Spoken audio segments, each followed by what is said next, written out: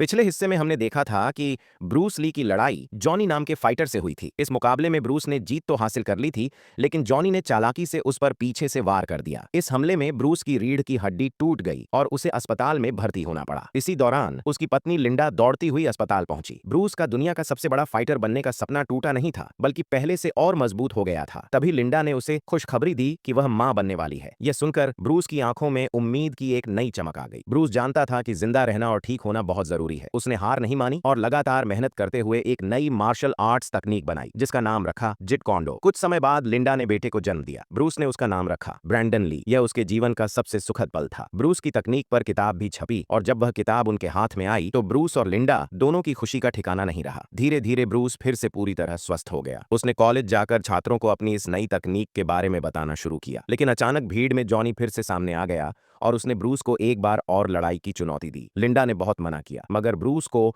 अपनी कला पर पूरा भरोसा था। लड़ाई शुरू हुई। जॉनी जानबूझकर फिर से ब्रूस की कमर पर वार करता रहा, लेकिन इस बार ब्रूस और भी मजबूत था। उसने जबरदस्त हमलों से सिर्फ 60 सेकंड में ही जॉनी को हरा दिया। इसी बीच एक फिल्म निर्माता बिल ब्रूस के पास आया और उसे अपनी फिल्म में काम करने का ऑफर दिया। ब्रूस ने हामी भर दी। कई महीनों की शूटिंग के बाद फिल्म पूरी तो हो गई, लेकिन रिलीज से ठीक पहले बिल ने एक पार्टी में घोषणा की कि किसी वजह से फिल्म लॉन्च नहीं हो पाएगी। यह सुनकर ब्रूस बहुत दुखी हुआ और घर लौट आया। तभी उसे खबर मिली कि उसके पिता का निधन हो गया है। ब्रूस तुरंत हांगकांग लौटा और पिता का अंतिम संस्कार किया। यहीं उसकी मुलाकात एक और निर्माता फिलिप से हुई। फिलिप ब्रूस की प्रतिभा से इतना प्रभावित हुआ कि उसने अपनी नई फिल्म दी बिग बॉस में ब्रूस को हीरो बना दिया। शूटिंग के दौरान ब्रूस ने कमाल का प्रदर्शन किया। एक साल बाद फिल्म रिलीज हुई और धमाकेदार हिट रही। जब ब्रूस और लिंडा छिपकर थिएटर में फिल्म देखने पहुंचे तो लोग ब्रूस को स्क्रीन पर देखकर ही पहचान गए। कुछ ही महीनों में ब्रूस हांगकांग का सुपरस्टार बन गया। इसके बाद उसने एक के बाद एक ब्लॉकबस्टर फिल्में दी और पूरी दुनिया में उसका नाम गूंजने लगा। इसी दौरान पुराना निर्माता बिल फिर से अमेरिका से आया और ब्रूस को अपनी अगली फिल्म